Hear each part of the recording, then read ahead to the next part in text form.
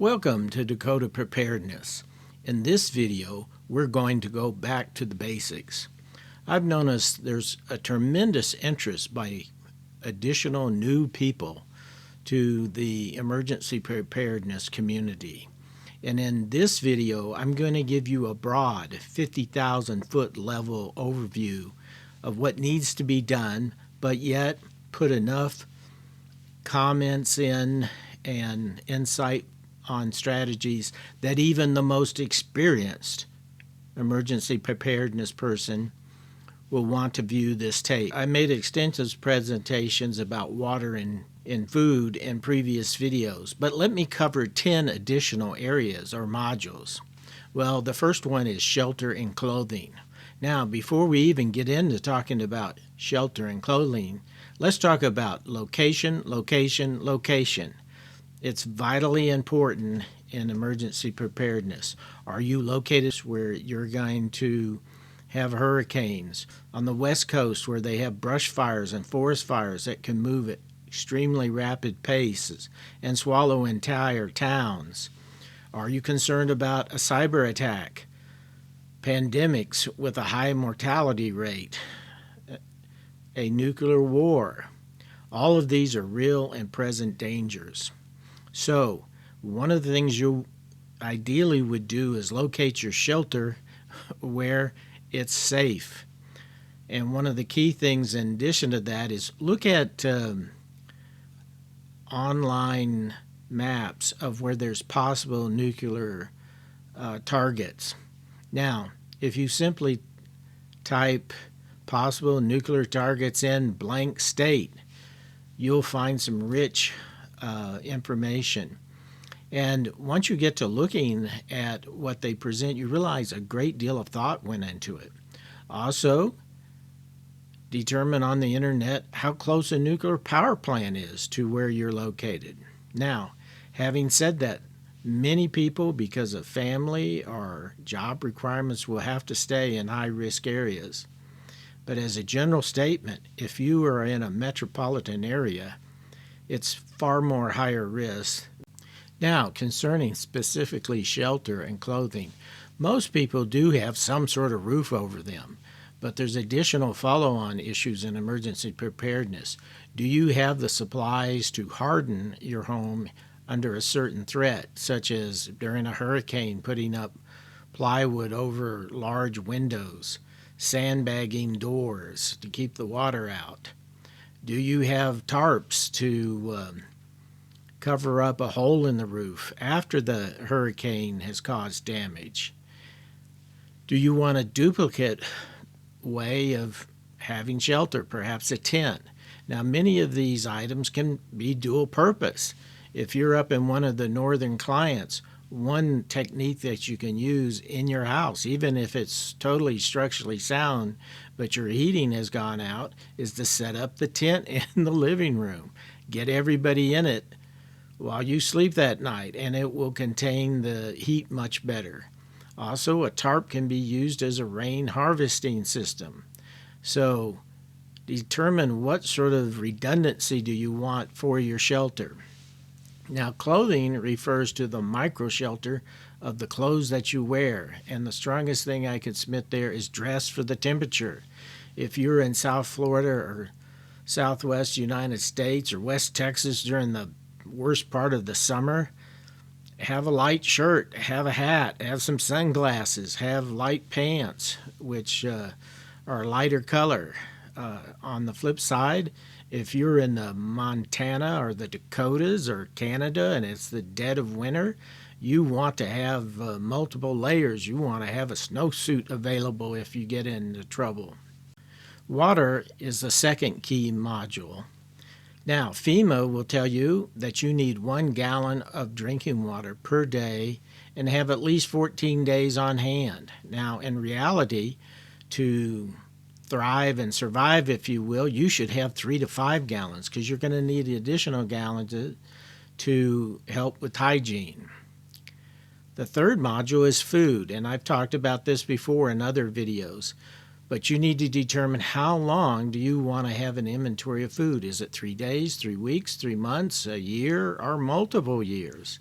Now, one of the large preparedness YouTubers recently talked about if you do you prepare small or do you prepare big? Well, I found that with relatively small expenditure, you can be ready probably for no additional expenditures for 3 days, perhaps 3 weeks.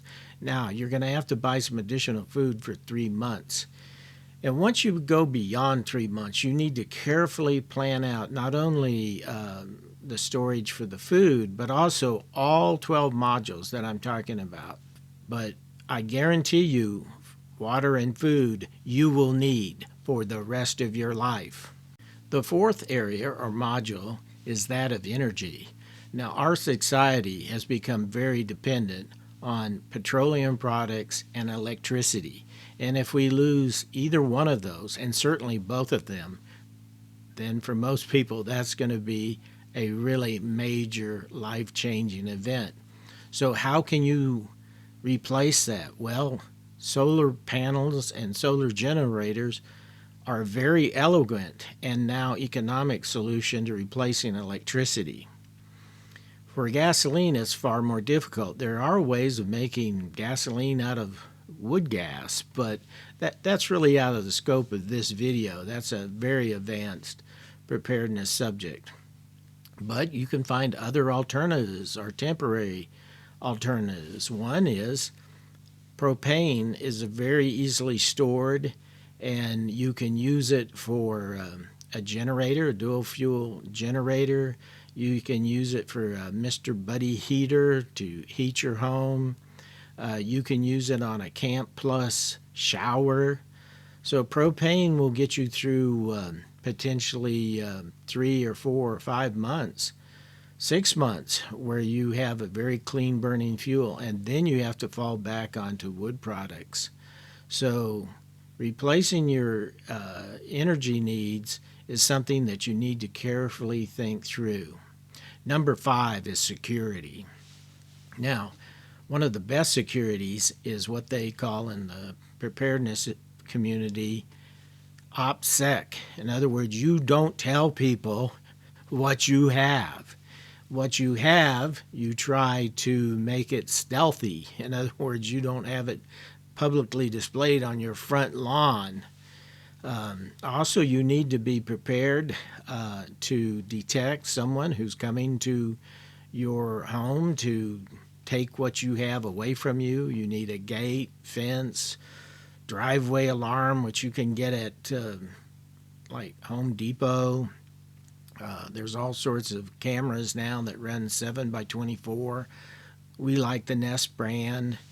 You can put film, one-way film on your windows so you can see them, but they can't see you. That is a tremendous advantage.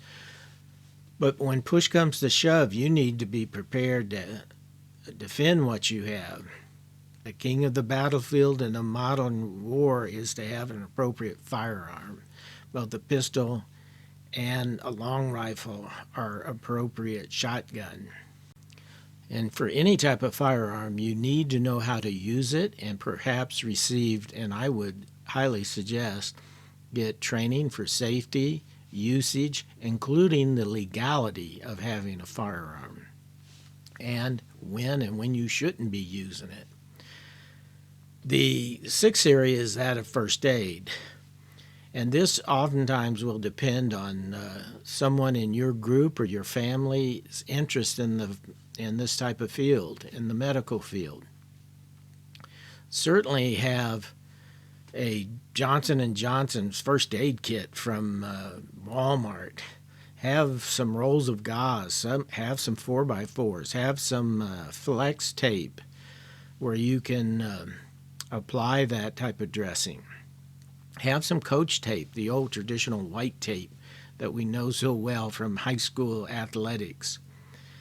Have a medical pack of over-the-counter medications. I did an entire video on this. And you can have a very powerful over-the-counter kit for $160. Have all of your prescription medicines in one place. Be ready for a medical emergency. Number 7 is hygiene. I can't stress enough how important it is in an emergency to be able to just do something as simple as wash your hands. Have a water brick with a faucet or an aquatainer with a faucet ready available with soap so individuals can wash their hands. Have a way to take a shower. The Camp Plus products are an excellent way to do that in conjunction with propane fuel. Another area is your toilet needs. Have a compost toilet available. Have thought out how you are going to dispose of the solid waste. Have a way of thinking out what you're going to do to dispose of trash. A certain amount of it you could burn. Some of it you can get a can crusher to make the space smaller. But it could be a significant issue to make sure you have a clean, hygienically living area. Number 8 is communications. In a long-term emergency, you're going to lose those iPhones. So even something as economical as walkie-talkies that you buy from Walmart or Amazon will be a force multiplier. Even if it only goes a mile or a mile and a half, if the gasoline and electricity is gone, your world's going to get very small. And to be able to speak from any 2 points within that area will be a tremendous advantage. Number 9 is transportation. One of the most ready things if gasoline becomes scarce or non-existent is having a bicycle. Also, while I have not bought one, I'm very intrigued with these electronic bikes. They're becoming rapidly economical for the common guy to purchase one, and I understand they're quite functional now.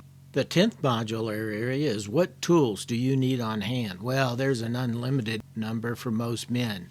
I mean, you can just fill up a couple man caves with just tools.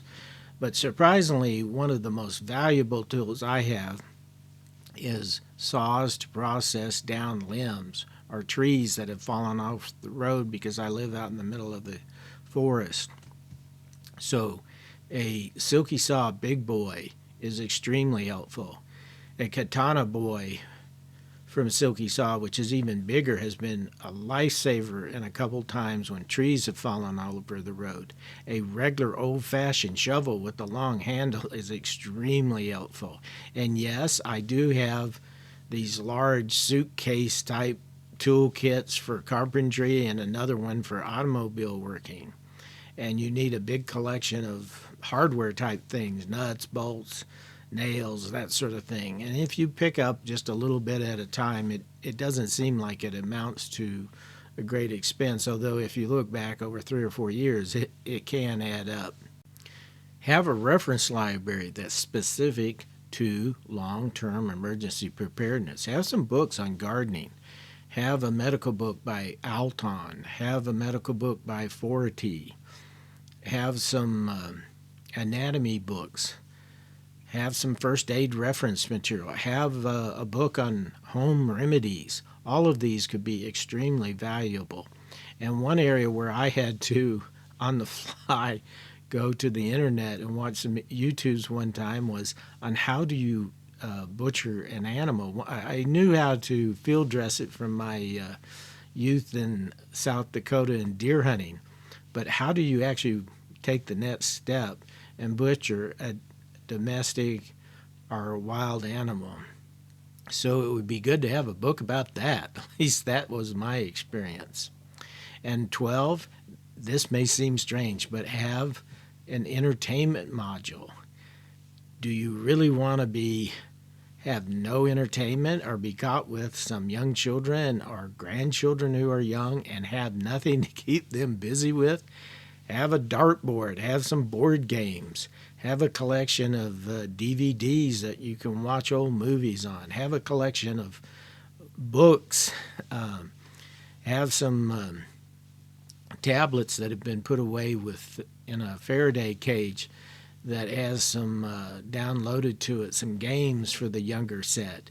You need to keep them busy. You're not, while an emergency preparedness situation demands far more time on your part, you will have some downtime, and you need to have a way to just keep yourself interested and entertained. Now, we've covered a lot of areas, and on some of these modules, I have just barely scratched the surface. So in future videos, I will be doing deep dives into some of these modules. Hopefully you found this video helpful to give you a framework and some specific suggestions. So I would ask, if you found it helpful, please click like and subscribe. It helps the channel and it helps the community. Be prepared.